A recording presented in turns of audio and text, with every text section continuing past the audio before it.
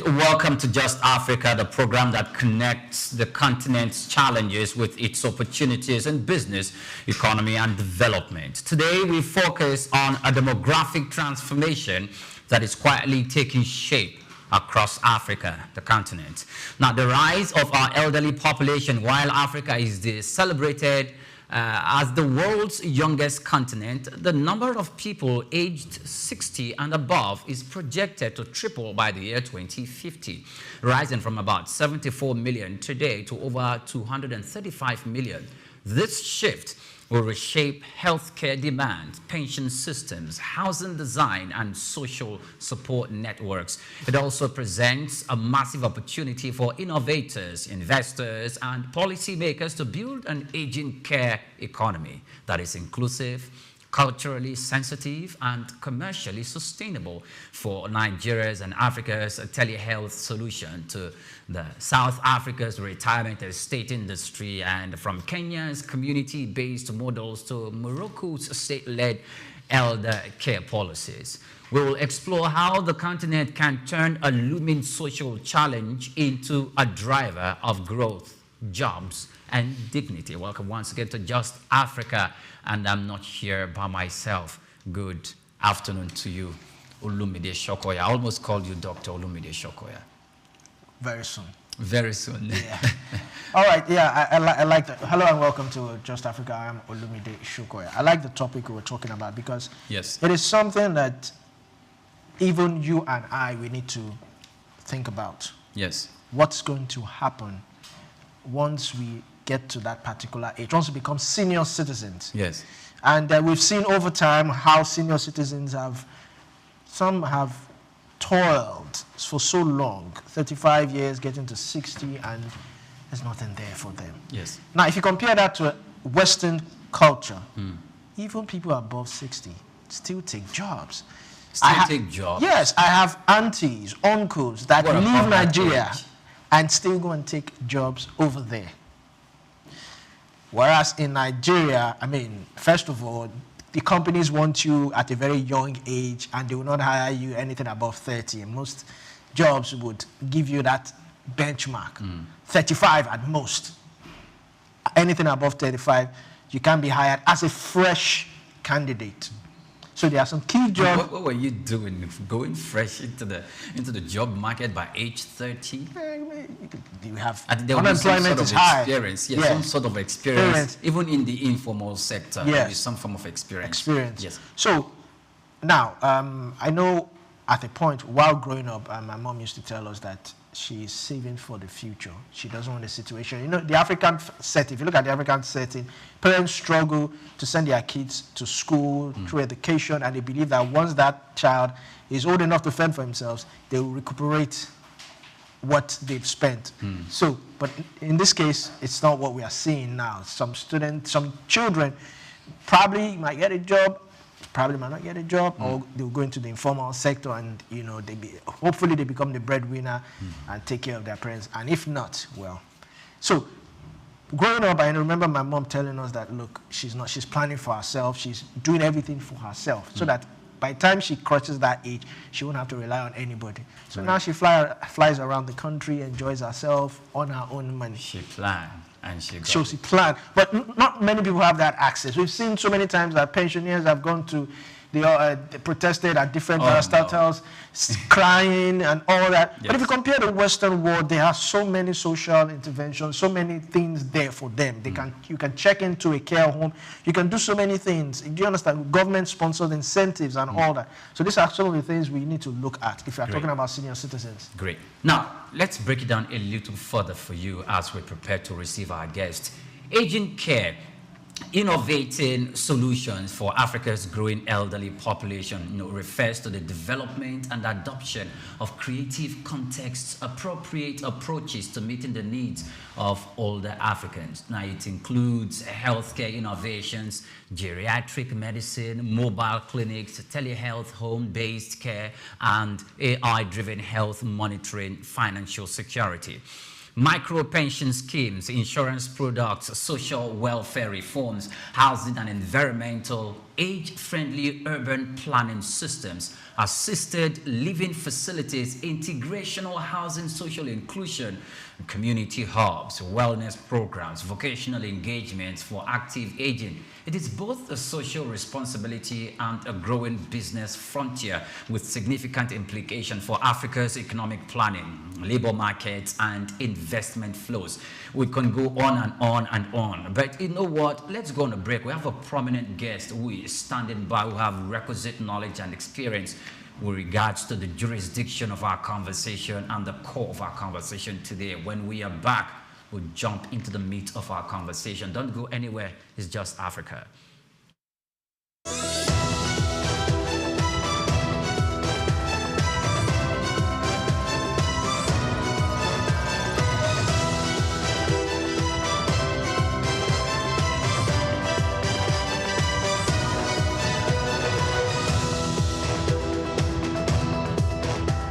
Idumota Market.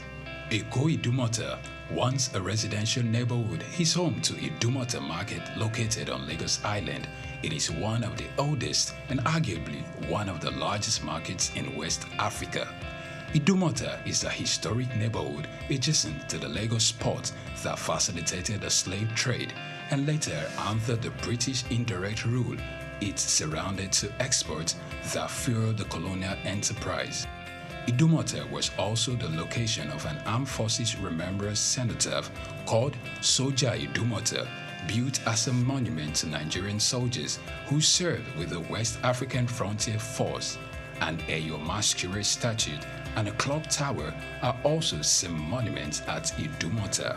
Idumota Market is so popular that large sales are recorded as early as 7 a.m. The market is made up of hundreds of locked-up shops occupying several multi-story buildings, with some measuring about 5 or more floors. In 2010, the Lagos State government demolished some illegal structures in order to improve vehicular and human movement in and around the markets. During weekdays, the neighborhood of Idumota is densely populated by shoppers, traders, and bus passengers. From the Carter Bridge ascending into Lagos Island, passengers can see the neighborhood before disembarking at their final destination. Idumota Market accommodates the substantial inflow of imported goods. The bulk of import from abroad are routed first through Idumota and then on to other markets through Nigeria and other West and Central African countries. The energy of private Idumota traders and wholesalers facilitate this activity, where millions of US dollars worth of wholesale is exchanged daily. Idumota Market, Souk Enlightenment.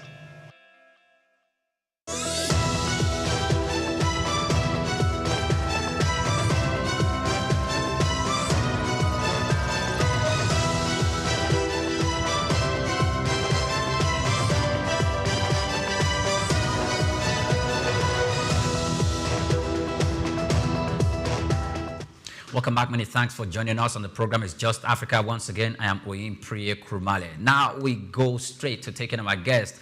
Is a prominent person, Dr. A.B. Ofre, MD, MBA, is the co-founder and chief executive officer of GeroCare, a pioneering Nigerian health tech company delivering subscription-based home medical care to the elderly. A trained physician, blue ocean strategist, and certified aging life care professional, Dr. Ofre has built a reputation for bridging healthcare delivery gaps through innovative patient-centered solutions. Now, with over a decade of medical practice and leadership experience, he has guided GeroCare's expansion into multiple Nigerian states, offering preventive, chronic, and emergency care for seniors. His work integrates technology, cultural sensitivity, and sustainable business models, positioning him as a thought leader in Africa's emerging aging care and the economy. Dr. Ofre advocates for a future where elder care is not just a social service, but a thriving sector for inclusive growth. Dr. Ofre, if you were there, you are welcome to Just Africa. Many thanks for joining us. Yes, thank you for having me. It's a pleasure to be here. Yes, great. It's great to have you. Now, for many people, the name geriatrics or gerocare, which is a derivative of a word for medicine for the elderly people, is maybe some people, it's the first time they're hearing that. And we all understand the elderly. China recently, because they feel a lot of the age in Asia countries is about 42, the average age is about 42 or 38. Africa seems to be youngest, that's about 19 average. But it's like we also have growing age people. Tell me, do you think we have made sufficient provision for these people in the African society? Well, so thank you very much once again. In my opinion, we have not made sufficient, arrangements for these people, simply because the facilities and the necessary tools had not been in place. But I believe strongly with the advent of technology and the new things going on, we are at a position whereby we can leapfrog a lot of other countries and get to the point whereby we are able to provide them the care they need at this moment in time. Okay. All right. Thank you very much for that short. Now, tell us about aging people and the kind of care they need. Okay. So interestingly, as you mentioned, I launched GeroCare. So GeroCare is basically a service for the elderly. And the major problem we're solving is that in Nigeria, for instance, before you get to the age of 40, 45, there's a 75% chance you will have lost one or both your parents to untimely death, or have at least one of them severely incapacitated by a medical condition that could have been prevented simply because of an absence of care for them that neither the government or their adult children can solve. So I didn't come about this by mistake. I actually had a personal experience. So about 10 years ago, in the space of 1 year, my father had two massive strokes. And that was not because there's nothing I could have done. I was simply living and working in another location at the time. As if that wasn't bad enough, my mother called me and told me she had high blood pressure, high blood sugar, as is expected for that age.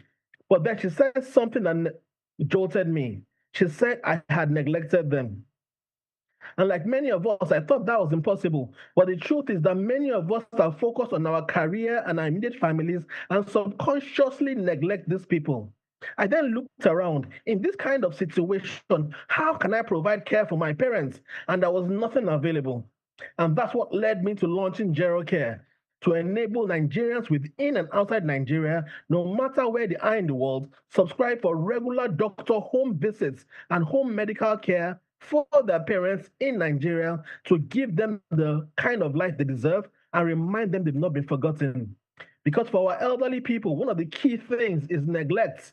They never say it. Many times when we hear about the aging, our mind goes to indigent elderly. But no, our own parents are also feeling that way. But our parents have what they call a selfless love for us and will never tell us. But fortunately, with services like GeroCare, you don't have to worry about that. You can leverage it to provide care for these people. And I think a lot of other people should look into this. How can we connect the youth to their parents, especially because majority of them are leaving the country or leaving the states where they grew up, leaving their parents behind? Originally, there was a structure in place, but now even the structure is leaving. So what do we do? And that was the gap GeroCare looked to fill. And I think others should take opportunity of this, because as good as GeroCare is doing, there's still a lot of people that need to receive this kind of care we're providing. Okay. All right, thank you very much, Dr. Offrey. Now, last month, retired police officers went on a protest talking about their pension and what they got as gratuity. Now, also, a viral video of a man who claimed to retire on October 1st, 2023, said he was contacted nearly 9 months after, this is according to Punch newspaper, after his retirement, 9 months after his retirement, and he was told he had 2 million in gratuity and 1 million naira in pension. And this was part of the reasons why retired police officers went on protest. So, I'd like to ask you, how do we start to solve this problem? Because if someone works for 35 years and is given 2 million naira, and 1 million naira for pension. How do they expect them to survive under that? Where do we start repairing this? Is it from the budget? Is it some sort of new initiative or policy or social inclusion that needs to come in place? How can we start to cater for senior citizens? Perfect. So I usually come from the point of focusing on more of what we can control than more of what's out of our control. Everyone knows that the policies are the best way to go. All these other things you mentioned are the best way to go. But at GeroCare, what we look at is what, despite all these things, because we can talk about them for a while, but the question is what is happening in the interim? And so at GeroCare, we propose what they call the 4 Ps of sustainable healthcare, especially for the elderly. So one is preventive. The first P is the payer system. The second is affordability, accessibility, and prevention. Now, the most important is the payer system, because most of the elderly, as you mentioned, don't have access to their pension. And so the question is who is able to provide this care for them? Because somebody is able to pay. And that was the channel we went through. So we went through the adult children contributing to make payments for their parents' care. Especially if they do it regularly, the amount they will need to pay may not be much, and they can sustain mama's care.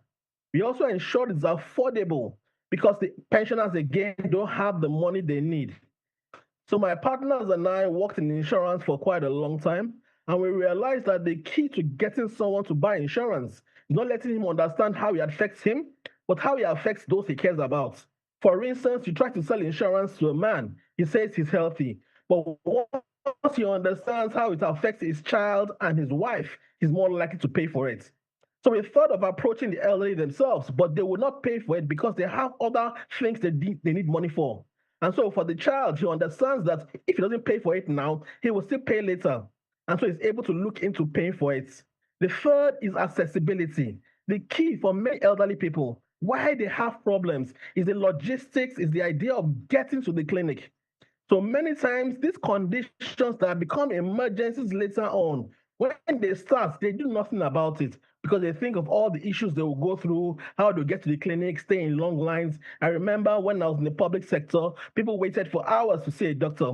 And so we made it more accessible by getting the doctors to the houses. And then the fourth P is preventive. Preventive means seeing them regularly once a month at least to ensure nothing goes wrong. Because if something happens, it's difficult to get them back to optimal level. If something happens, it's more expensive to care for them. So the idea is to see them regularly and catch conditions in the bud. Whatever will have led to a stroke, you will catch it before it even gets to that level. So our own proposition is the focus on the 4 Ps of sustainable healthcare, especially for the elderly. One, the payer system. We need to find an avenue where somebody is paying for the service for them, and the person also has a benefit for it. 2, we need to make it accessible as possible to them. Take it to them or get to a location whereby they can get there easily. 3, we need to make it affordable. And 4, we need to ensure it's preventive, meaning regular visits to ensure complications down the line. So that's what we are focused on doing and focused on spreading. Because policies and workshops and seminars and all that is well and good, but we are not sure of the timing of getting this to place. So those are perfect. Policies need to be in place. For instance, I know the government has set up the National Senior Citizen Center. I know we are also exclusive partners to them, helping them provide healthcare. There's the elderly care bill. All these things are there. But the question is, what can we do today and not in the future? All right, thank you very much. So the first P, you said payoff, whereby they get someone to pay for. What if, for instance, I want to pay for myself? I want to start planning early and pay for myself before that time, before I attain 60 or before 35 years. Yeah. So we have actually developed, there's also a pre-retirement savings scheme, because many of these parents, though they allow us to pay for them, they still feel like a burden to us. So we know that as we grow, we might need to save for ourselves. So we have a pre-retirement healthcare savings scheme whereby you save for a particular number of years. Once you hit retirement, the care kicks in. Unfortunately, because you have been saving and the money has been invested in the money market, what you get at the end is far more than you put in. So that's currently in place. And we are working with people like ARM, working with people like Strength Africa to ensure that goes widespread so that the future generation will not be dependent on their children to care for them. Okay, thank you very much. Now, first of all, the question I want to put across to you is, you just mentioned some of the schemes that the government is involved in order to care for some of the senior citizens that we have. But we've also seen cases where we see some of our senior citizens who have served in the public sector and some other times probably in the private sector too. And probably the government and the organizations start recollecting data or updating data for them to be paid their gratuities or money for their upkeep. We see them go out to queue in the day, and we see the stress they go through, and some of them die in the sport. Is your organization in constant consultation with government and government functionaries so that you can propose and put out a policy document that can actually address some of these lapses that our senior citizens go through? And if you've done that, could you please tell us about that? So for now, what we're actually doing is putting together the data and making a much stronger case. Because these things you mentioned have been there for as far as I can remember. I remember even when my mom retired, she had the same problems. I also retired from Bayelsa State government, though I'm still very young. And I know, even as agile and strong as I am, I know what I face. So I constantly see those problems. And so we're engaging with a few governments, but not on the federal level yet. The idea is to be able to provide a solution, because it's not just to speak to them. We understand the problems in the bureaucracy of government, and so if we talk, it's just beyond that talk shop. The idea is to put together a solution such that when you're providing the problem to them, you're also providing the solution. I think it's about time we stop just talking about problems and also coming with solutions. And that's why we are hesitating a bit to take the plan out fully. We are still creating the structure that will help them out. So once we talk about it, this is what we have to propose. We don't want to be just advocates shouting about how bad things are, but having no solution to it. Now, tell us the kind of response you've been getting from the authorities, positive, negative, or some of the challenges you've been encountering. The truth is that for that, there's a limitation to what can be done because it is a bureaucratic process. Fortunately, for companies like ours that are startups and early companies, we're able to negotiate things faster. But with policies in government, it takes a long way to move. So though we've started discussions, we understand fully that we still pass through the entire bureaucratic process before anything feasible can be seen publicly.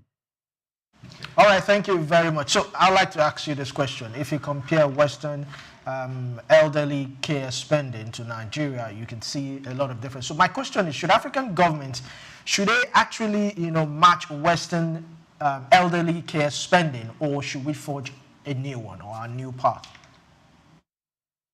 Obviously, I think the key also is to match the spending, because I realized that the budget, even for healthcare as a whole, is not so much.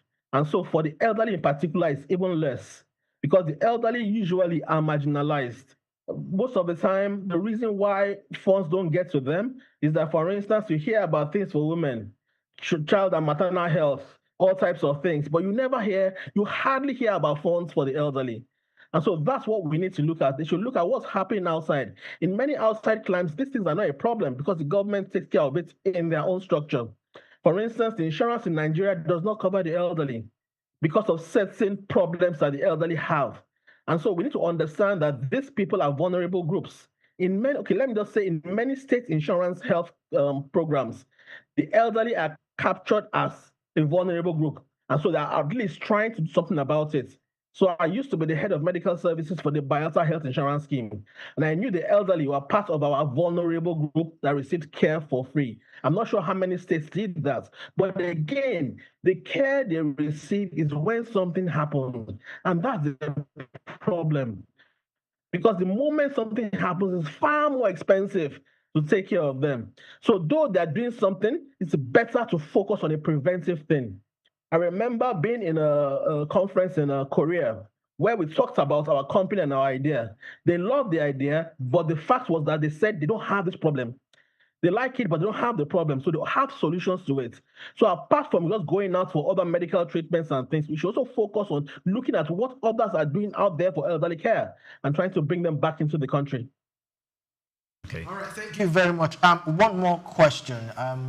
I've seen on two occasions where senior citizens were discovered days later that they had, passed on simply because they were alone or left alone. And in Western countries, even the elderly can check into a care home by themselves and spend the rest of their lives there. So, do you think we should be moving towards government-sponsored or private sector-sponsored care homes, whereby you can contribute certain amount towards your retirement and check into these care homes at any time you like, without your children, sponsoring and all that, or a certain percentage of your retirement is allocated to that particular care home? Yes. I think that's also something very feasible.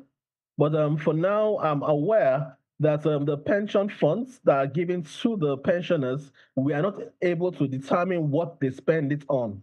But it would be good to have a policy whereby a certain amount can be deducted to cover your health as you age.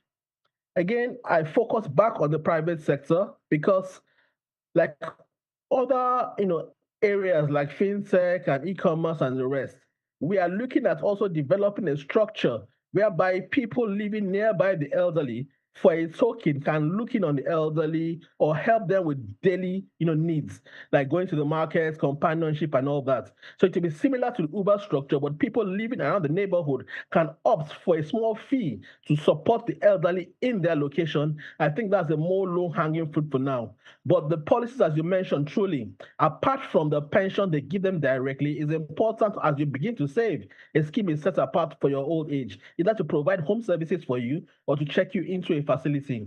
Unfortunately, at the moment, I don't know if there are enough facilities that we can of high credible standard that can be utilized. So the first step may be to develop those centers and then have them accessible to these people as they age. Okay. Thank you very much. Dr. A.B. Alfrey, co-founder and chief executive officer of GeroCare. Thank you so much, but we are not letting you go at the moment. We just want to go for a break. So by the time we come back, we'll take our conversation to another level. Please don't go anywhere. It's Just Africa, and we're reaching you live from our studios in Lagos. We're back in a moment. Do stay with us.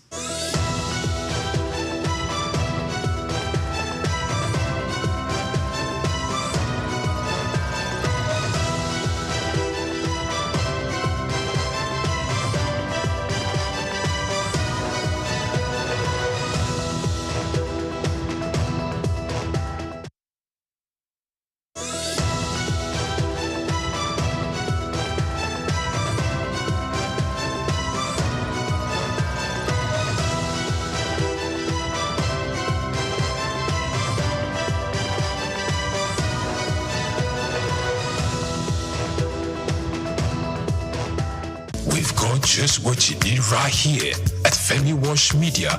Call it the Midas Touch, and you wouldn't be wrong. Let us record, produce, mix, and master your audio like nobody does. Reach us on our contact today for the best quality job. At the Africa Development Study Center, ADSC, we are committed to driving sustainable growth and development across Africa through innovative training and research. Our mission, empowering leaders, policymakers, and professionals with the tools they need to create lasting change. With customized training, dynamic research programs, and study exchanges on leadership, management, and other critical development topics, ADSC offers a platform for exchanging cutting-edge ideas and global best practices. We provide comprehensive services in research and consultancy, capacity building and training, education programs, publishing and knowledge sharing. Our esteemed faculty, composed of seasoned experts and researchers, ensures a learning experience that is insightful and practical. We specialize in policy development, implementation strategies, and monitoring and evaluation. At ADSC, learning is engaging and enjoyable. Our unique methodology includes talks, interactive exercises, games, video screenings, and lively seminar discussions, all in a comfortable and friendly environment. For more information, email us at info@adstudiescenter.com or call +234 912 039 2362. Visit our website www.adstudiescenter.com to explore our programs and upcoming events. Africa Development Studies Center, rethinking development for Africa. Afrobeats is a classic overnight success story, except it didn't happen overnight. I'm happy to be here. One of the key things about the Omniverse is that it's designed to go beyond an event and designed to be fully something that people can engage beyond the summit. The point being that Nigeria has so much to bring to the world in terms of these things, but we will be bringing fresh energy, fresh ideas, a fresh engagement, and we're obviously open to collaboration. But hip-hop, it never dies. What's the difference between Thor and Shango? Thor is approaching $50 billion in revenue. Shango's broke somewhere outside Lagos. And that's a lack of imagination on our part, Africa, and they're all Nigerian. So to be seen and to be noticed is very hard if you're not in the place where all the noise is being made.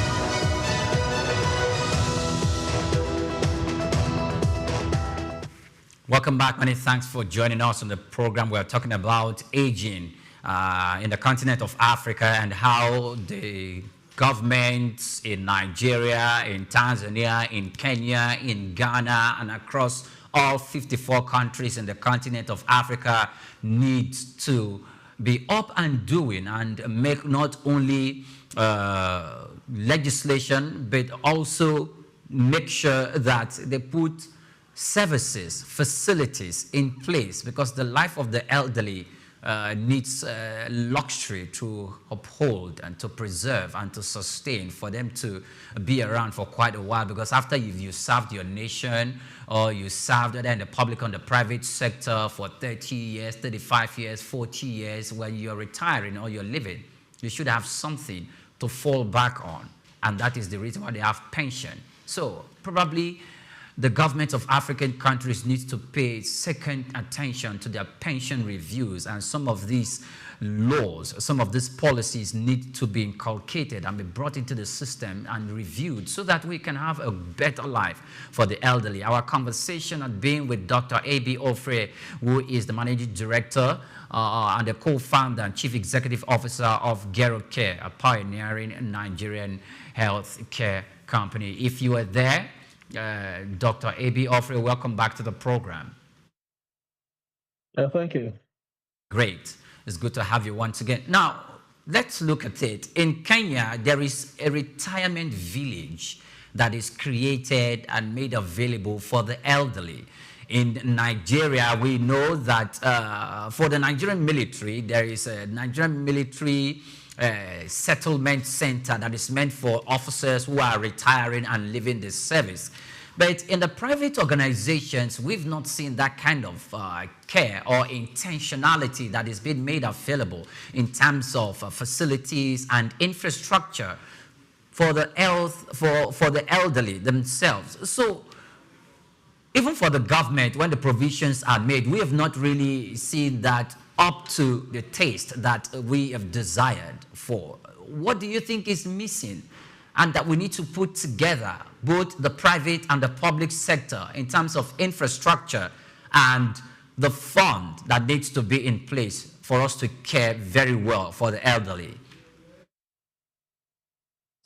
So thank you. This is a very good avenue for a public-private partnership, in the sense that we understand that in Nigeria, for instance, all the idea of elderly homes and retirement homes it has a bit of a stigma attached to it. Nobody wants to feel like his children abandon him in a private elderly home.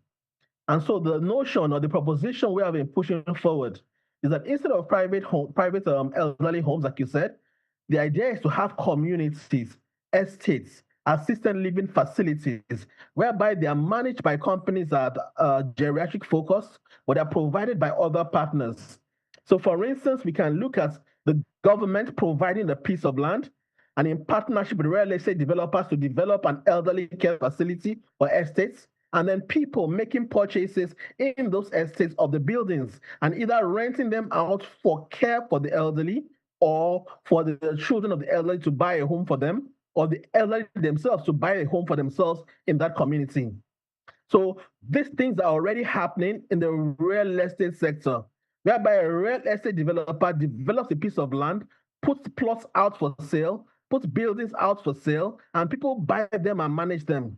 This same thing can be done for the elderly care space, where there's an assisted living seniors estate, probably in each region, whereby people can purchase a house or rent a house for their parents there, but they know there's a shared geriatric care facility within the estate that does home visits, arranges social gatherings, and so on and so forth.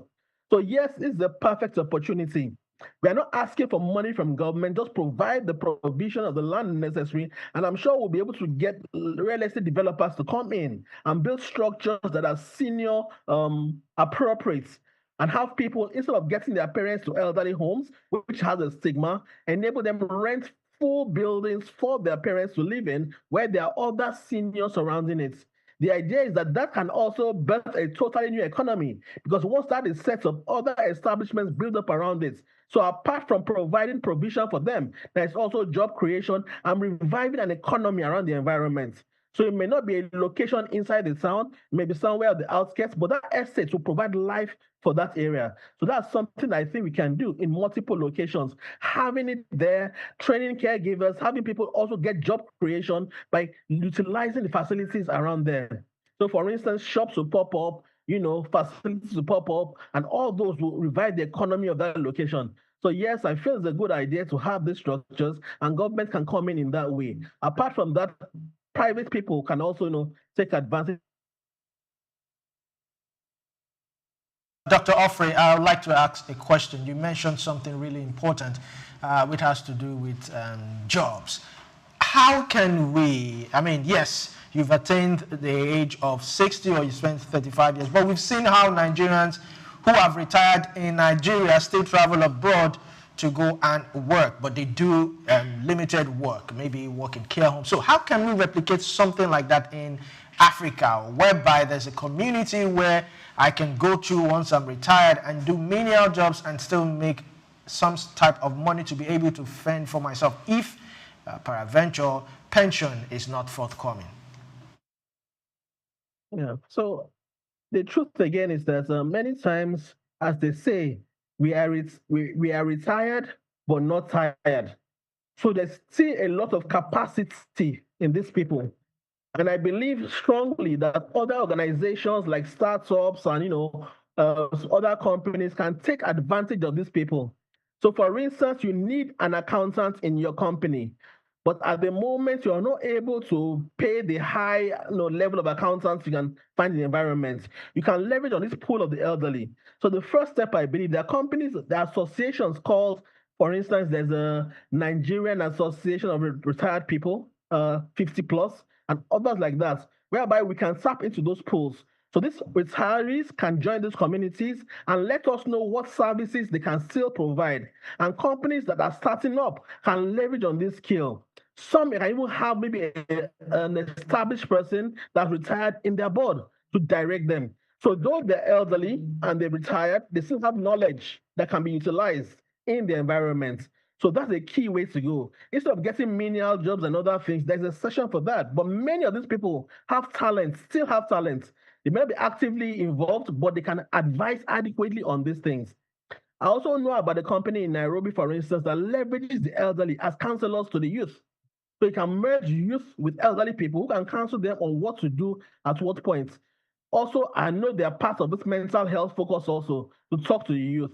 So there's a lot of things we can do for these people. It's just to create the environment and let them know it's available. So just create associations whereby they can come in there, itemize all the things they can do, and companies like us can go in there and say, okay, look, we're looking for an accountant at this level. You can supervise the ones we have because of your experience. Because many of them have a lot of experience that is still lying fallow just because they've been tagged as retirees. Very much, Dr. A.B. Offrey. Now, Dr. A.B., we still need to go for another break, but we are not done with you yet. Just in a moment we will, but Just Africa will be back in a moment. So please stay on the call and we will be back in a moment. Do stay with us.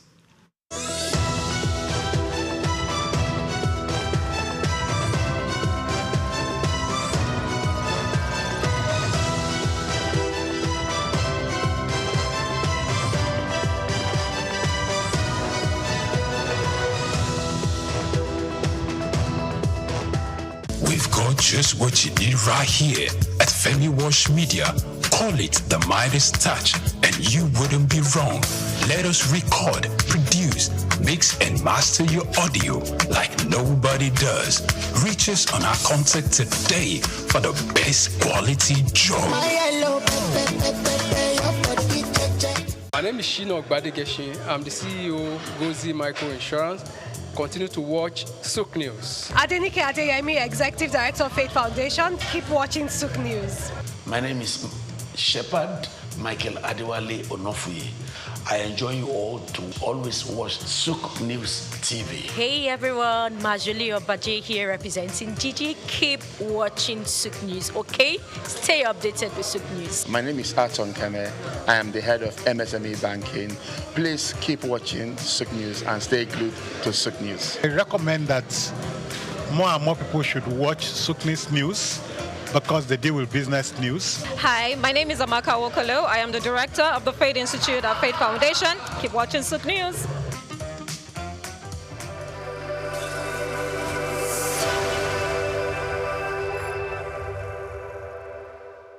We've got just what you need right here at Femi Wash Media. Call it the Midas Touch, and you wouldn't be wrong. Let us record, produce, mix, and master your audio like nobody does. Reach us on our contact today for the best quality job.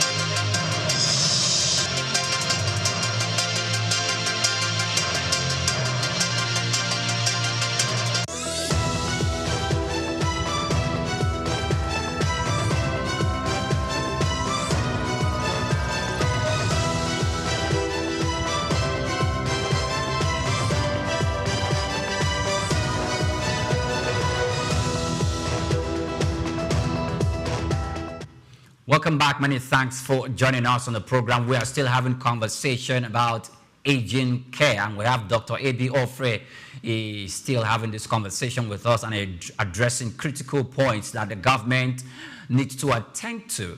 And Dr. A.B., welcome back to the program. We've seen that caring for the elderly is capital intensive, and not everyone can afford it. So let's talk about private sector engagement and how this can be a lucrative venture for private sector to invest in, not only for profit motivation, but also for service provision. How can we match these two together? So the key to that is what we like to refer to as social enterprises. So the idea is that it's not for profit, but it should be able to sustain itself. So not run at a loss, basically. And so there are a lot of opportunities for this on the various levels of the care for the elderly. I can mention GeroCare is one part, providing doctor home visits and home medical care. There are other people that can look into things like caregiver services and other areas on the value chain, things like pharmaceutical services. Because if all these are done with the motive in mind of making it as efficient as possible for the elderly, at the end of the day, they will not be as cost effective. So I remember in the beginning you mentioned that I was a Blue Ocean strategy consultant. And the key in Blue Ocean is to be able to increase the value of your products while at the same time reducing the costs. So yes, elderly care is expensive, but there are certain things that can be done, especially with the use of technology, that will increase the value of the product while at the same time reducing the cost. So let me use GeroCare as an example, for instance. In GeroCare, we are providing care for the elderly at a much less amount than we would have ordinarily. Why? Because we leverage some tools of Blue Ocean. So one of the things to talk about is the value innovation that captures what they call ERRC grade. So you will look at an industry, identify the things that are commonly done in that industry, identify things you need to eliminate, things you need to reduce, things you need to raise, things you need to create. So in GeroCare, for instance, we eliminated totally the use of buildings. We don't have a hospital, we don't have a structure, we don't have all that. The clinic is your home. And by doing that, we eliminated the cost of the building, the cost of paying staff and everything else. And we're able to move that cost over to the patients as a lesser amount, a lesser fee. We reduce certain things like having creating price flexibilities. In addition to what we do, we now make our payment in a subscription base. So you pay little amounts at once, and so you don't really feel it. So it makes it easier for you. So we have increased the value to you, but at the same time have reduced the cost. What have we raised and created? We have raised the customer satisfaction. We have raised the attention to you because the doctors come to your homes and spend time with you. And what have we created? For the first time, we have created a structured nationwide doctor home visit service. That's an example. So what the private sector can do is look at the various existing spaces in elderly care, identify what is currently being done, and by virtue of technology, what can they eliminate? What can they reduce? What can they raise and what can they create? By doing that, they will not increase the cost, but rather provide more value at a reduced cost. Okay. All right, thank you very much, Dr. Ofre. I want us to look at the housing policies we have in Nigeria and with the aging in mind. Landlords typically are not, welcoming to the aged if we're talking about renting out their houses to them. And you know, the funny aspect is that the landlords themselves are also senior citizens. If an aged person wants to rent house these days, you probably have to get his or her daughter to stand as the person renting their house and act as the one paying. How can the government step in this particular area? So for that, the key thing I see is just to provide incentives for those that provide accommodation or provide housing for the elderly.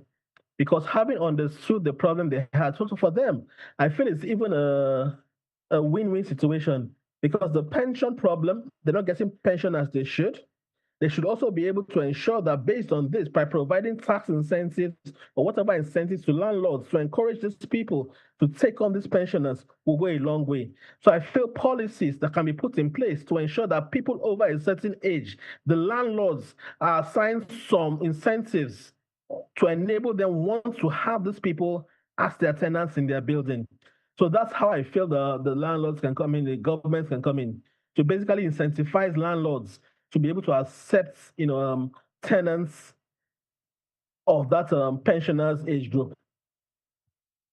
Yes, I understand. I like the fact of incentives, but you might have to do more than incentive, provide incentives for these landlords, because some of them will still not want these incentives. So that's what I'm saying. How can the government step in with some policies, reforms, or law or something that would really, really get these landlords to start seeing the aged in another different light? The thing is that we need to just look at it from a holistic perspective. The amount of money and what is needed to build a house doesn't differ from if the tenant to be an elderly person or a younger person. So what we're talking about are policies in general in the housing sector, in the manufacturing sector, and all that. So this is not limited to aging. For this to happen, the entire industry has to be looked at. So you cannot say everything will remain as it is. The landlord's unable to build the house cheaper, but he's supposed to provide it to the tenants at a cheaper rate. So this discussion goes far beyond elderly care and the elderly. It's a nationwide economic discussion on how they can create policies to ensure the raw materials and everything else is able to be provided at a cheaper rate.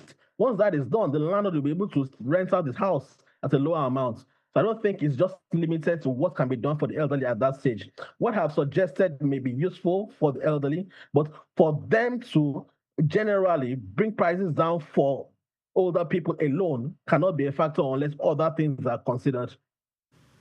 Okay, thank you very much. Now, Dr. Ebiofre, first of all, I want to say a very big thank you for making yourself available to join the program today. The conversation we're having is inexhaustible. And I want more because I know our viewers want more. It's quite sensitive, and it's something that they can actually adapt to, actually review. Most people are beginning to have a rethink, most especially young people are beginning to have a rethink on some of the provisions they need to make to care for their elderly father, mother, and the elderly people around them. It doesn't have to be your father, your biological father or mother. Maybe there are elderly people around you who need care. And as a benevolent Nigerian and a benevolent African, you should be able to extend hand to other people, because one of the cultural demands of Africa is that we are communal people and we care for everybody around ourselves. Now, before we go, Dr. Ebiofre, let me pose this question to you. The government sometimes makes provision for secondary or primary school children. School feeding program is a program we know that the government handles in the country. Maybe other African countries can borrow or take a leaf from Nigeria. If we can do that for children, the elderly people, yes, the government can say, we have paid you your remuneration and your gratuities, so please, we are done with you. Could you please leave? But is there something else that the government can do, that either on a monthly basis, on a yearly basis, there have to be budget provision for that. But on a monthly basis, that will need to be made available for the elderly people, both that either work either for private or for public sector. That's one question. And number two, you said your consultation at the moment had only been at the subnational level. Is there a way you can write or make a proposal to the National Assembly, the executive arm of government? They can take a second review at this so that the Ministry of Health, or probably a new ministry created for this purpose, where we have a specific care unit provided for statesmen or for elderly persons in Nigeria, and will serve as a blueprint for other African countries to adopt. Yes, perfect. So fortunately, there is the National Senior Citizen Center that we are working very closely with. So over the past few months, I think we've run outreaches and delivered materials to the elderly in about 5 states. I know we did a Kefi, we've done Akwa Ibom, we've done Bauchi, and a few others. So I know it's currently ongoing, but that's particularly focused on healthcare. If you check the news, we gave out the NSCC, gave out wheelchairs, gave out Zimmer frames, gave out some things, items to the elderly people. And I think that's also an avenue whereby we can come in with the food program, such as you mentioned. I remember in Lagos, for instance, there was something for pregnant women. So they gave them food and during the antenatal to ensure they had a safe delivery. Something similar can be done for the senior citizens through the National Senior Citizen Center, who we are currently working closely with. So I think it's something really that can be looked at, and it's something we should propose. And I will also take it up to have that discussion if possible. Okay. Thank you so much, Dr. A.B. Offrey. Dr. A.B. Offrey is the co-founder and chief executive officer of GeroCare, a pioneering Nigerian health tech company delivering subscription-based home medical care to the elderly. A trained physician, Blue Ocean strategist, and certified aging life care professional. Dr. Offrey, thank you so much for your time with us. Your reputation is quite stunning, and I do appreciate that. And I want to say that, do we have such studies in the medical sciences, in the Nigerian curriculum education? As you round up and sign off, do we have that, or would you see that the education sector begin to adopt that into our curriculum? So what course exactly are you talking about? The aging, caring for the aged, for the aged. No. So right now it's not in the country, but it's something that we can do. There are certified courses outside the country, but it's something that we can look into providing into the country and creating that course for people within.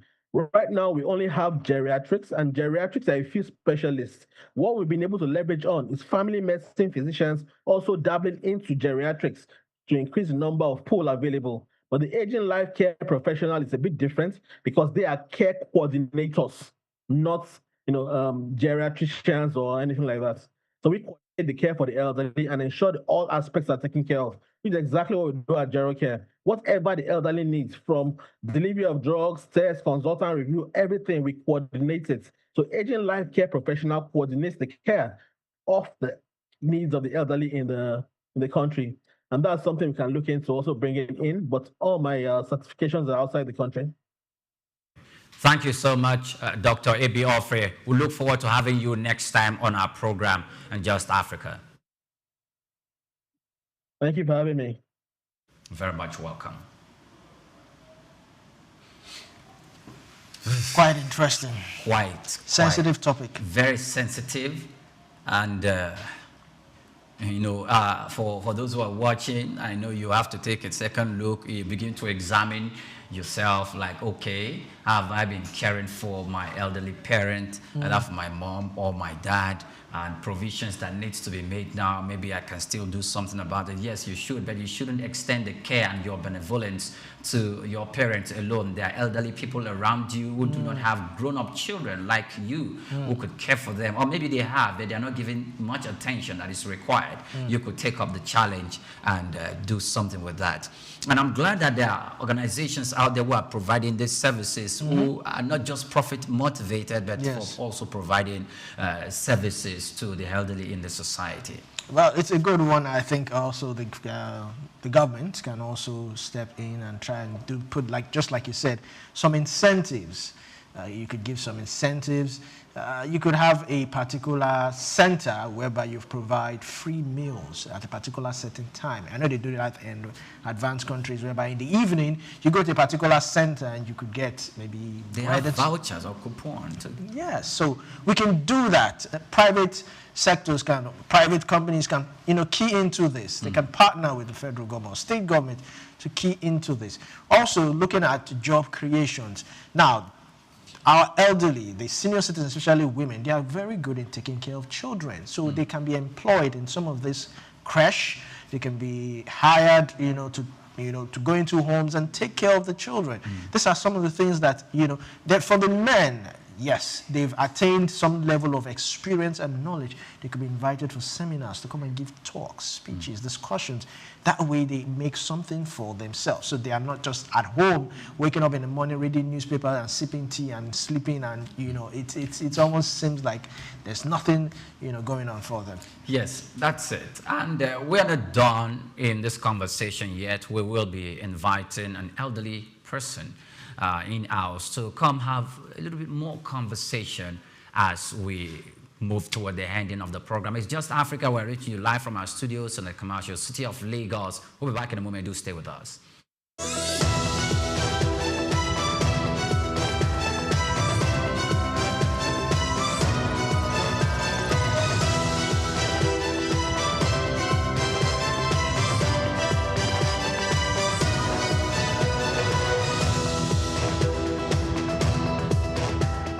Lateef Jakande.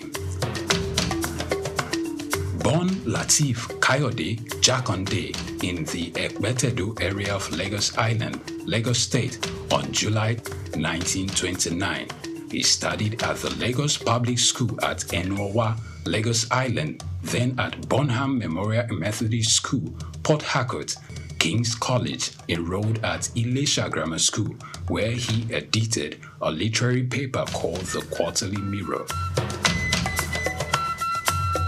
Jakande began a career in journalism in 1949 with the Daily Service and joined the Nigerian Tribune in 1953. The owner, Chief Obafemi Awolowo, appointed Jakande editor-in-chief of the Tribune in 1956. Jakande established John West Publications in 1975 after leaving Tribune and began to publish the Lagos News. He served as the first president of the Newspaper Proprietors Association of Nigeria, NPAN. Jakande ran for election as executive governor of Lagos State in 1979 on the Unity Party of Nigeria platform. His administration was effective and open and implemented the cardinal policies of his party. He introduced housing and educational programs targeting the poor, building new neighborhood primary and secondary schools, and providing free primary and secondary education. He gave poor people's children education, and many of them are now very prominent in the society today. Jakande established the Lagos State University and constructed over 30,000 housing units. After the military takeover in 1983, Jakande was charged, prosecuted, and convicted of treason and later pardoned. He served as Minister of Works under the Sani Abacha military regime.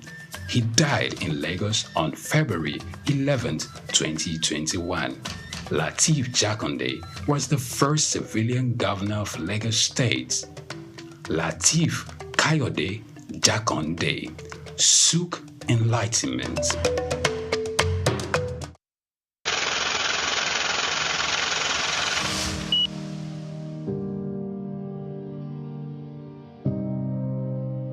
Wole Soyinka. Born Akiwande Oluwole Babatunde Soyinka on July 13, 1934, in Abeokuta, Ogun State, southwest Nigeria, stands as one of Africa's most celebrated literary figures and a global icon of resistance against oppression. His life and works reflect an unwavering commitment to justice, culture, and the transformative power of art. Soyinka was born into a Yoruba family in colonial Nigeria, an environment that exposed him to both traditional African culture and Western education. His father, Samuel Ayodele Soyinka, was a school headmaster, while his mother, Grace Eniola Soyinka, was a devoted Anglican. This blend of indigenous and colonial influences deeply shaped Soyinka's world. Soyinka attended Government College Ibadan and later proceeded to the University College Ibadan, where he studied English and literature. Soyinka completed his education at the University of Leeds in England, earning a degree in English and later a doctorate degree. In the late 1950s, Soyinka began working as a dramaturgist at the Royal Court Theatre in London. However, his passion for storytelling and cultural preservation drew him back to Nigeria, where he founded two theatre groups known as the 1960 Masks and the Orisun Theatre Company. Soyinka's works, often a fusion of Western dramatic techniques and African themes, address universal issues of justice, freedom, and human dignity. His early play, titled A Dance of the Forest, which was introduced in 1960, written to celebrate Nigeria's independence, critically examined the nation's socio-political trajectory, setting the tone for his career as both artist and activist. Soyinka's activism became more visible during Nigeria's post-independence years. In 1967, during the Nigerian Civil War, he called for a ceasefire between federal forces and Biafran separatists. This led to his arrest by the military government, and he spent 22 months in prison, where he wrote a short drama titled The Man Died, Prison Notes, a harrowing account of his imprisonment and a profound critique of authoritarianism. Soyinka has authored more than 20 works, including plays, novels, poetry, and essays. In 1986, Soyinka became the first African to win the Nobel Prize of Literature, an achievement that brought global recognition to African literature. Soyinka remained an outspoken critic of oppressive regimes, often at great personal risk. His activism extended beyond Nigeria, addressing global issues of injustice and human rights. During periods of military rule in Nigeria, he went into exile, continuing to write and speak against tyranny. Today, Soyinka is celebrated not only as a literary giant, but also as a symbol of resilience and moral courage.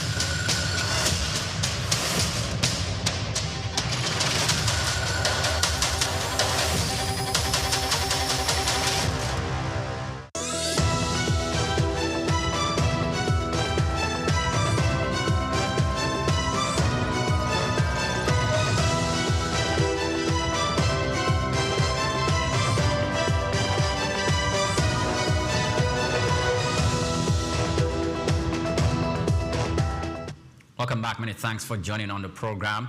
You know we've been talking about aging care, and we just finished having a conversation with Dr. A.B. Ofre, who is a specialist in geriatrics, the owner of, co-founder of Gerocare. But I told you before we went on that break that we have someone in-house, is a veteran journalist. In the conversation, he's going to tell us how old he is and what are those peculiar needs of the elderly. And he's still active, though. So he's not the kind of elderly that sits at home. It's the kind of elderly, but you're young at heart and you're young in mind. Bayo Olaoye, veteran journalist. Welcome to the program. I'm glad to be here. Yes. Dr. Dausa was saying that old age. Old age is not a sentence. It's not like a punishment. Old age is, it happens to everybody. Now, it depends on the attitude of people to people who are old. I'm 76, and I feel like 40 because I enjoy the things that my children enjoy, my grandchildren. I enjoy their music. I enjoy their company. So I don't think old age is a condemnation or a disapproval of people aging. I think we need more respect, we need more attention, we need more care, not only from our children, our siblings, from the society. And I think that is not happening. Because last week we had this Grandparents' Day in my church, and you can see the plight of old people. Some of us are privileged, we're educated, and we can cut corners or whatever. Even after retiring 13 years ago, I retired 13 years ago, but I still find it very exciting because the society has accepted me as I am, and I am surrounded by a group of aging egbons. My egbon, John Adedru Emmanuel, is 85. Judy Koka is 85. Mercilinos Owolabi Martins is 88. The Cardinal, His Eminence, Cardinal Lubimi Okoje, is 88.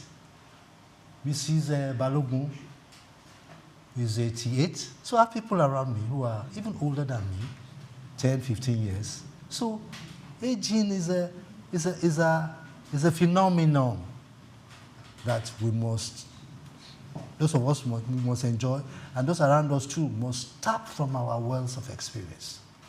I found out that these days young ones don't want to associate with the elderly, either because they are deficient intellectually, morally, or socially, or that they have nothing to offer. All they stick to is their laptops and their telephones. So aging is a process that one must be prepared for. Like I told you, I retired about 13 years ago, but I'm still having fun, even right here in Souq Television. I have the compliments of all the equipment and all the nice people that I have to work with. All right, So thank you. It's not a condemnation, really. And people should not pity people who are aging. Okay. Kogi, Wole Soyinka, is over 90 now, and he's still writing. I am 70, so I'm still writing. I am still very active. Thank you very much, Mr. Barrio Olaoye. We also call him Big Babs right here on Souqnews Television. So, you said you retired 13 years ago, but you're still here doing what you love doing by the best. grace of Ambassador Victor Oluwafemi Wash. Yes. All right, so my question now is, when most people retire, they either, some that are privileged, they either just, with all the wealth they've acquired, along the line or the years of service, they acquire a building, they rent it out, and take maybe the last floor. They wake up in the morning, sip tea, read newspaper, and argue with some of the neighbors, go back and sleep. Or some who are even more privileged just travel outside the country and remain there. But you came back into active service. What, for those watching now, because a lot of people don't even know how to figure it out, figure out what they would do after retirement. So what brought you back? What motivated you to go back, even when you had the opportunity to just sit down and enjoy? I must pay kudos to Ambassador Victor Oluwafemi. He met me, and under 35 minutes, he said I should work with him. I've never seen that kind of incentive, that kind of acknowledgement, recognition, instantly. And that was what spurred me on. Before now, I was in Radio Nigeria, I was in Insight Communications, I was in the Quadrant Company. We started the Quadrant Company with Phil Osage, Ohi Adegbe, and so on and so forth. But the way he talked to me and the way he approached me was unique. And he just told me that, come over, what can you offer us here? And since then, it has been tremendous. My colleagues, or some of them have not been fortunate enough to get a way to practice. Because you must practice, even as a broadcaster, as a journalist. Madam Judy Koka is 85, she's still practicing. She still talks about ideas and whatever. So he gave me the platform to practice with my wealth of expertise and experience to train the young ones, although the young ones are very terrible when it comes to training. Because once they acquire a degree, they believe that they are not amenable to changes, and then there's this appellation of old school. There's nothing like old school in the media. The media exists, and there are age-long, centuries-long values and attributes in the media that will exist forever. Okay. For instance, a media practitioner is an all-rounder. You must not pigeonhole yourself into whether arts or you know a little bit about everything. So I see that still applies to some of us who are aging, who are old, or like Dr. Dawa said, senior citizens. Okay. Dr. Bayo Olaoye, just a moment. We are going to hold your thoughts. We are going to come back to it, so we'll continue. But we have a short break that we need to quickly go on to. And when we are back, the conversation will continue. The veteran journalist will still be in the studio. Do stay with us.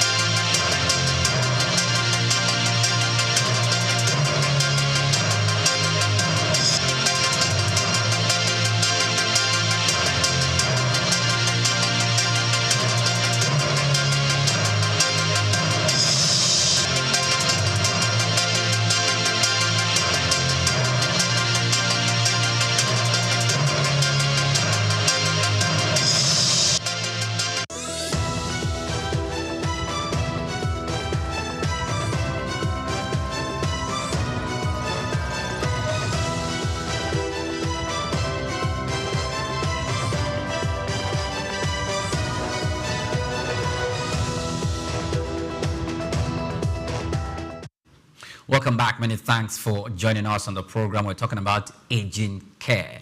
And we have Bayo Olaoye, who is in-house, and he's talking to the young Nigerians, not only the young, but also to plan for a time that they themselves, as young as you are, 40, 29, 30, one day you'll become 80, and some of the things you need to put into consideration before you get to that time.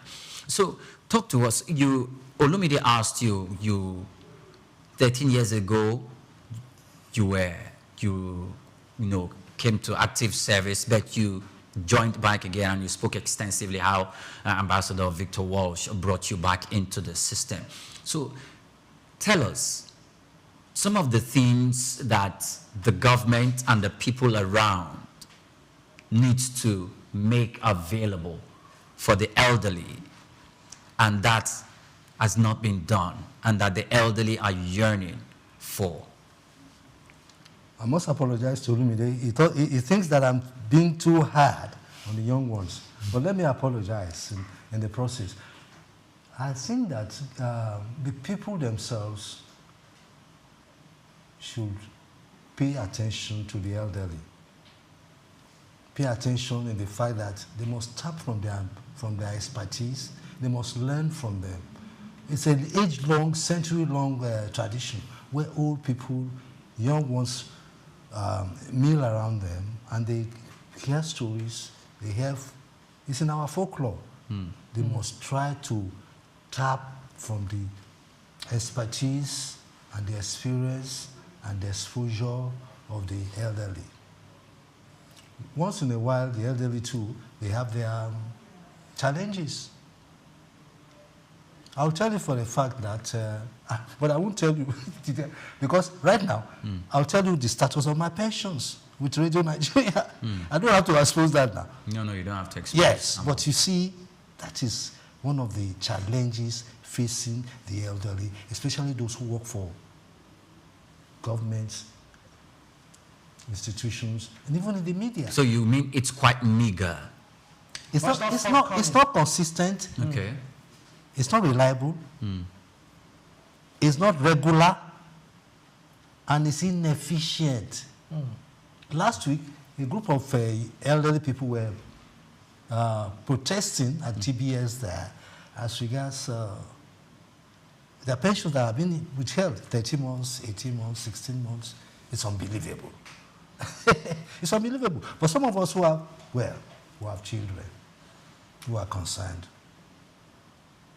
And let me tell you from experience, the boys, they prefer to refer to their mothers. The girls prefer to refer to their fathers. I, for instance, my girls know my cap, my shoe size, my shirt size, my birthday, and some of the things that I like. And so if they hear a news on telly or whatever, they will call me, we'll discuss about it. But the boys are a little bit standoffish. Maybe they think daddy is calling them too many times. And when they answer you, they say, yes, daddy, what is it? Well, the girls will tell you, daddy, that's your friend, this thing.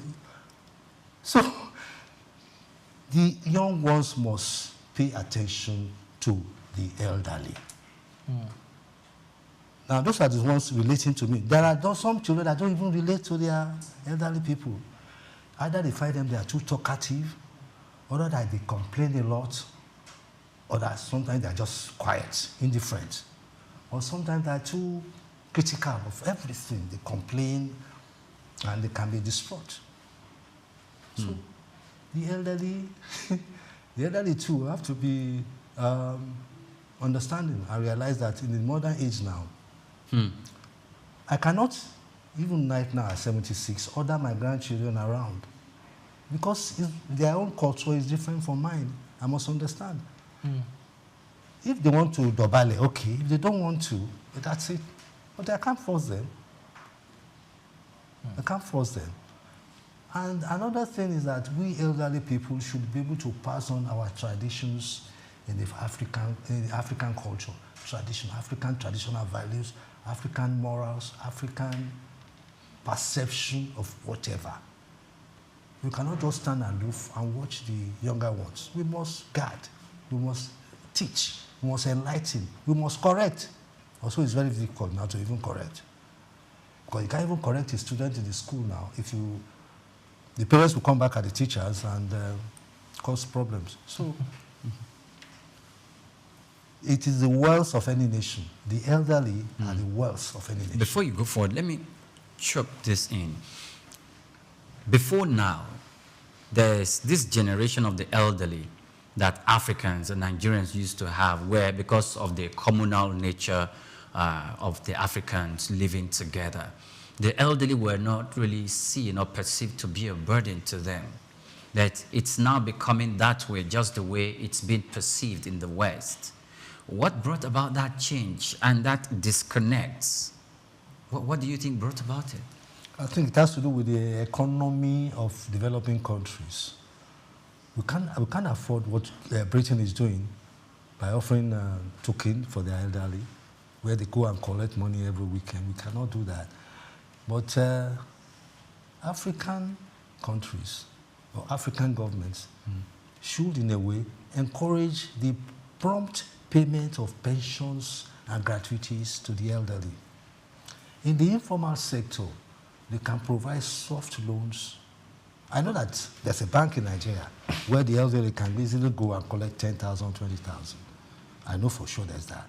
Offer services to the elderly that keep them alive. What bank is that?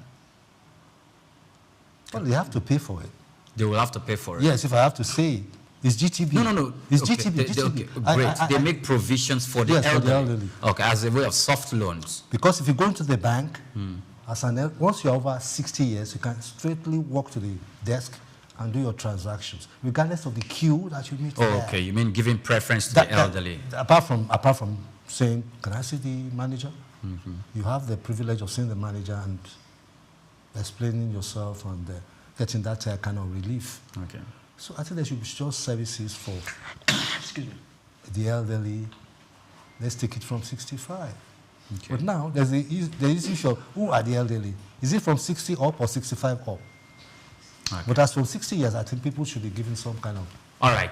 You're still watching the program. We are nearing the close of the program. We're going to break shortly. We'll be back in a moment. Do stay with us.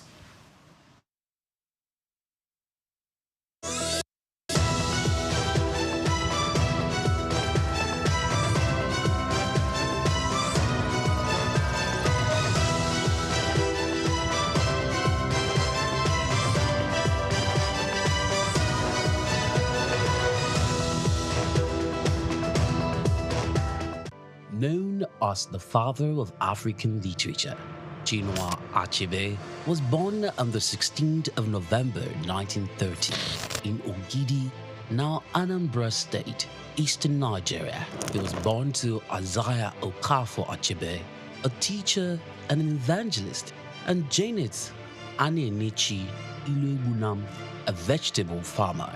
Achebe has reshaped the global understanding of African identity through the power of storytelling. Raised during the twilight of colonial rule, Achebe's education was steeped in both Igbo tradition and the Western values of post-colonial Christianity. As a student at the University of Ibadan, he became fiercely critical of how Africa was portrayed in Western literature. Achebe believed that Western literature often painted Africa as a dark and primitive continent, but he sought to tell the African people's lens. In 1958, Achebe's groundbreaking novel Things Fall Apart shattered colonial narratives through the tragic story of Okonkwo, an Igbo warrior. Achebe illuminated the complexities of African culture and the devastating effects of European colonization. Things Fall Apart became more than just a novel. It became a symbol of African resistance against the oppressive narratives of colonialism. Achebe was not just a writer. He was a passionate advocate for African self-determination, and his political activism made him a critical voice in the post-colonial era. Even after a life marked by personal and political struggles, including a car accident that left him partially paralyzed. Achebe continued to inspire. He taught at Bard College and later Brown University, where his influence reached new generations of writers and thinkers. He was married to Christiana Chinwe Okoli and they had 4 children. Sadly, he died in March 2013 at the age of 82. Chinua Achebe's legacy endures in his novels, his essays, and in the countless voices of African writers who follow in his footsteps. He gave us a voice, a story, and a vision of Africa that is ours to share.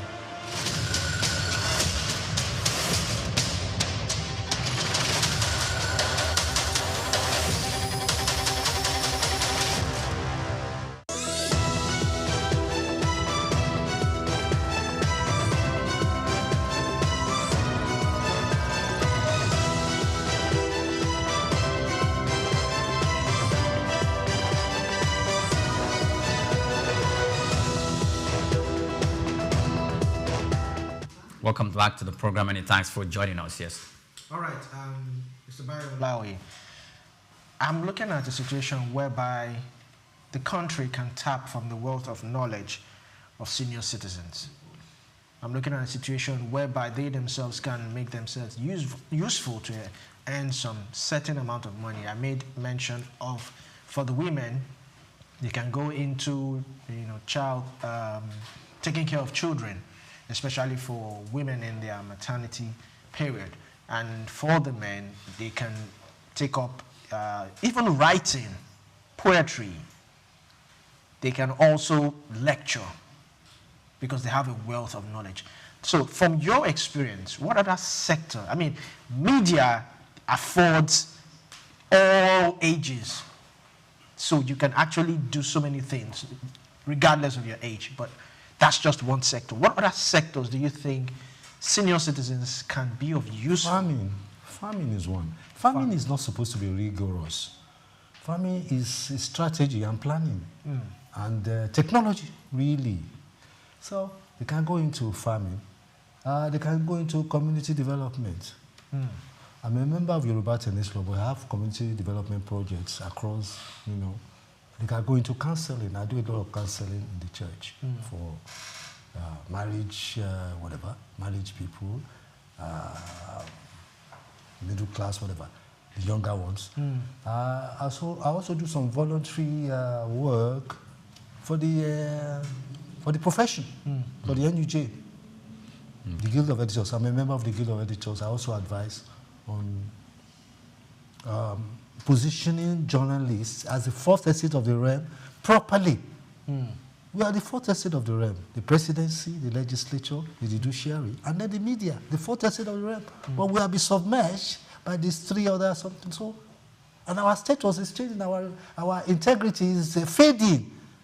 So these are areas where we can spare some time, contribute to community development, contribute to religious affairs, contribute to the young ones developing. I am very concerned, especially in Lagos, about the rising incidence of youth unrest and cultism and the abuse of substances and the neglect of parents, particularly. Parents leaving the children in the house, going to the shop or whatever. And on holidays, just leaving children to roam about. I'm concerned about that too. And I think in my own way, I'm trying to do something.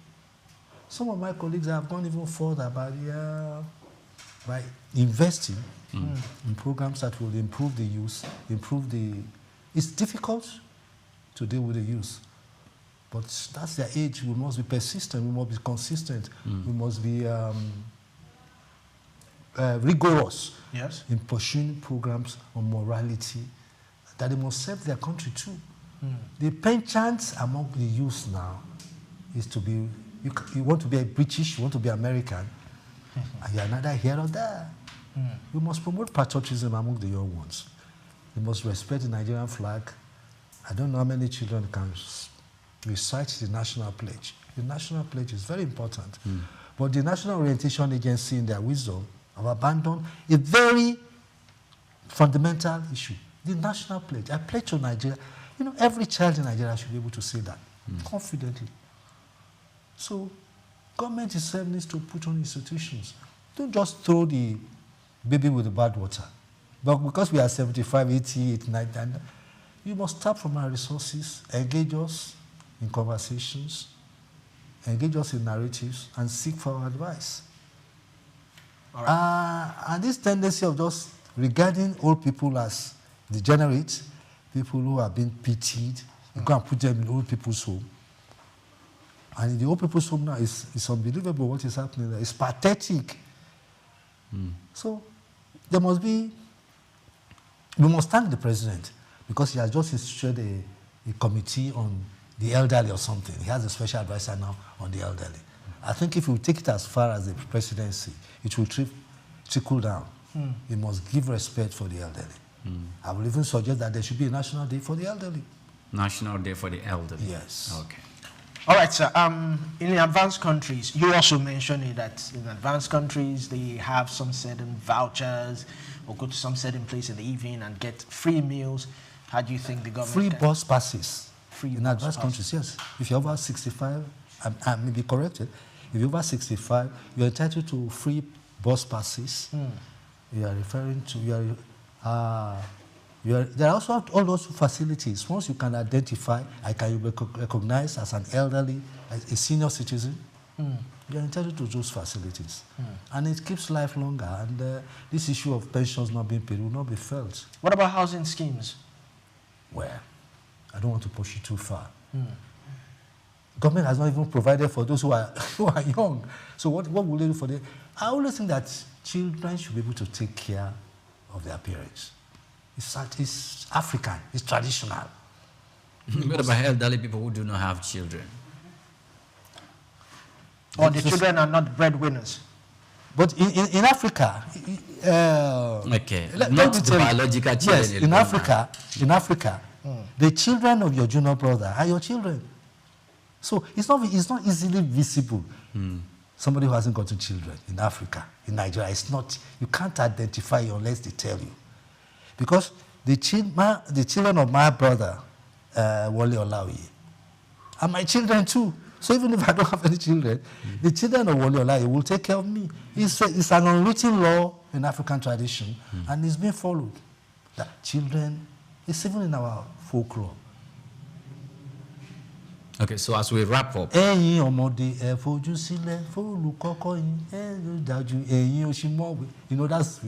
does that mean? It means that you children, pay attention to your elders, pay attention to your teachers. If you do that, you will have a long-lasting. Great. Okay, so my final question would be on some of the organizations that are very, very much intentional in providing some form of support to the elderly in the society, whilst we are looking forward to other organizations, civil society organizations doing that. Do you see that as something that is diminishing or that is picking momentum again in Africa? It has picked momentum, and we must give kudos to the religious organizations, at least in Nigeria. Across the board, all religious organizations have been very, very positive and very supportive for the elderly. I know for a fact that in the Holy Cross Cathedral, there are initiatives and various programs for taking care of the elderly. In other churches too. And I know that the Muslims too are doing the same. Tremendous ones. There's this zakat. Okay, zakat that they do every... So the society is waking up to its responsibility. Government must support the society and support all these groups, non-governmental organizations that are trying to keep the elderly alive. I am 76, and I'm looking forward to 90, if you don't believe it. Because I think the sky is the limit, really. Once you take care of your health, you have good children, you have a good wife, you have an environment that is supportive, as it's inclusive, and it recognizes you as an elder in the society. I think the elderly will get more respect in the future. Thank you so much. Bayolawe said if there is an environment that is supportive, inclusive, that supports the elderly and make provisions available, that is inclusive, that gives some of the needs and the demands, both emotional, financial, and otherwise, that the elderly requires, then maybe they will live longer and continue to be an asset, intellectual asset, wealth of experience that will give advice and provide their own quota to raising the younger generations in society. And we have no doubt that we can do better as a nation and as a continent. And on that note, this is where we now draw the curtain on Just Africa. Bayolawe, thank you so much for your time. Glad to be here. Bayolawe is a veteran journalist, has worked in several media houses in the country. And there's one code in the media: as long as they are your seniors, they are your mentors. And that's where we draw the curtain on the program. Many thanks for joining us. Do well to follow us on all our social media platforms at Souqnews TV. I am Oyinpriye Krumale. I said see you tomorrow, and thank God it's Friday. Yes, Olumide. It's been a pleasure staying with us on Just Africa. Let's do this again tomorrow. I am Olumide Shokoya.